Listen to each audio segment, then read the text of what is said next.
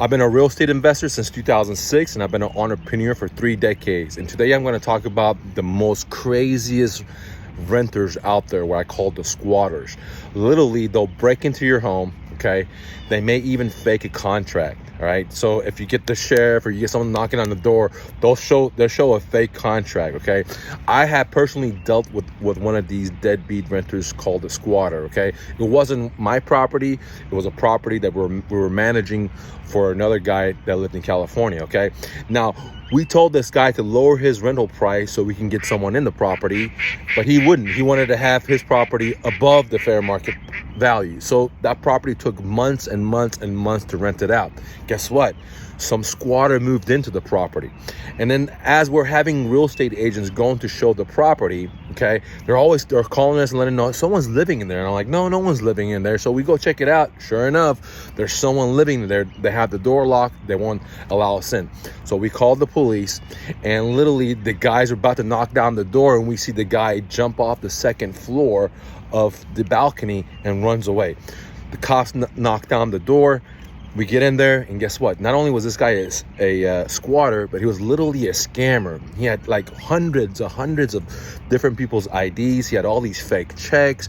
Who knows what the hell he was doing, right? And I told the police, man, go ahead, man, charge this guy. Take all this stuff. And they didn't even want to take the stuff, dude. They were like, oh, just bring it to the police department. This is not our job. And I was scratching my head. I was like, man, not only is this guy a squatter living in this property for free, he's literally committing crimes, dude. He's literally scamming people, writing fake checks, making fake IDs. And I mean, I'm talking about bundles. It was just right on the property, and the police wouldn't even do anything. That's when I really realized that if you're a real estate investor, you're a landlord, you have to protect yourself. If you think the police are going to protect you, if you think the court system is going to protect you, if you think your insurance is going to protect you, you're dead wrong, dude. 99% of the time, you have to protect yourself. And what are some ways to protect yourself? Very first thing that I do is I always qualify the renters before I put them into the property. One of the first ways that I qualify them is when they bring their application, I meet them at their car and inspect their car. How does their car look? The external, the internal. If they're dirty externally, if they're dirty internally, if they have a lot of trash in the property, in their car, guess what? That's exactly how they're going to treat my property.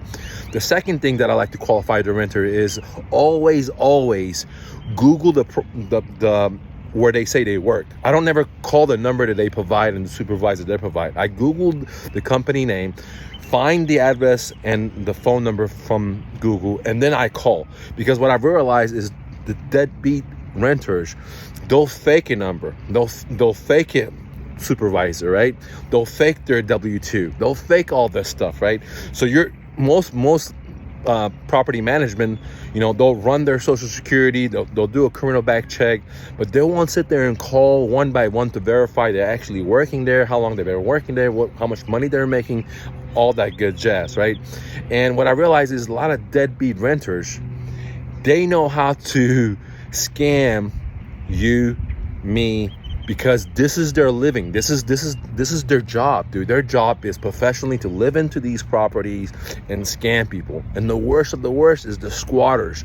So this is why it's so important to literally price your property at a good value so you don't have it vacant for 2 or 3 months, 4 months, because it's sucking all your resources away, because now you're the one that has to pay the PITI, okay, while the property is vacant. Guess what?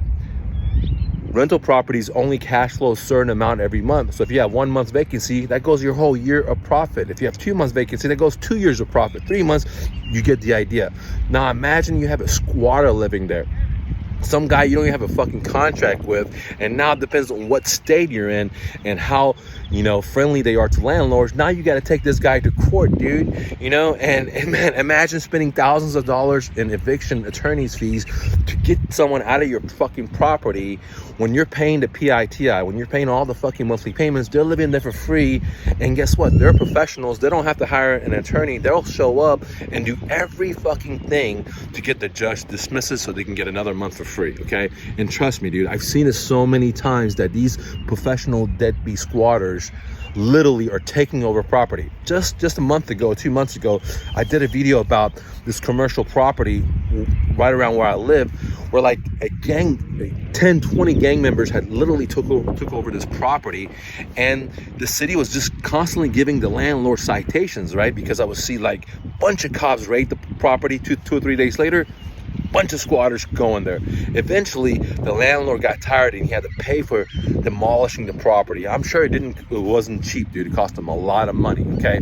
So one of the most important things is to qualify these renters. The next thing is to verify everything they say. You got to do your due diligence, okay? And make sure you're constantly building yourself a buyer's list, what I call not a buyer's list, a renter's list of people that are looking for a place to rent.